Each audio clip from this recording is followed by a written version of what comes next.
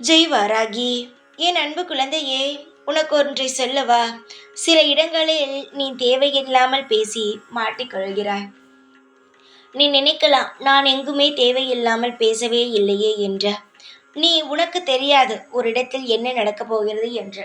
ஆனால் எனக்கு தெரியும். அதனால் நீ தேவையாக பேசுகிறாயா, தேவையில்லாமல் பேசுகிறாயா என்பது நான் கரெக்டாக சொல்வேன்.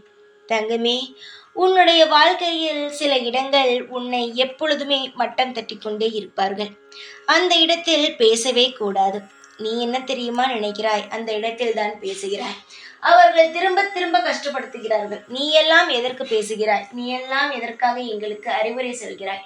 உன் வாழ்க்கையில் நீ முதலில் சரியாக நடத்துகிறாயா? இப்படிப்பட்ட விஷயங்களால் உன்னை காயப்படுத்துகிறார்கள். அது காயப்படுத்துவதற்கு வழி கொடுத்தது யார்? நீதான். அவர்கள் உன்னை ஏற்கனவே பல இடத்தில் அசிங்கப்படுத்திக் கொள்கிறார்கள் என்று தெரிந்தும் அவர்களிடம் போய் போய் நின்று பேசுகிறாய். அவர்கள் நீ என்ன பேசினாலும் அசிங்கத்தான் படுத்துவார்கள்.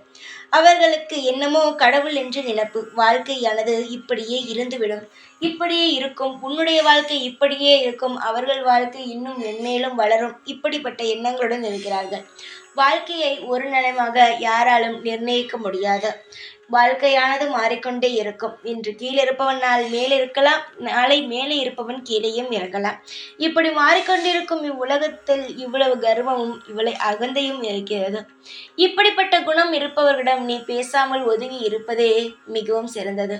திரும்ப திரும்ப போய் அசிங்கப்பட்டு வாழ்க்கையில் எதற்காக நீயே உன்னுடைய மனதில் இருக்கும் கவலைகளை இன்னும் அதிகரித்துக் கொள்கிறாய்?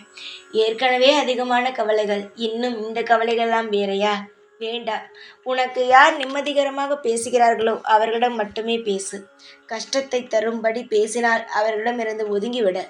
நீ நிம்மதியாக இருக்க வேண்டும் என்றால் அதற்கு நீ என்ன வேண்டுமானாலும் செய்யலாம்.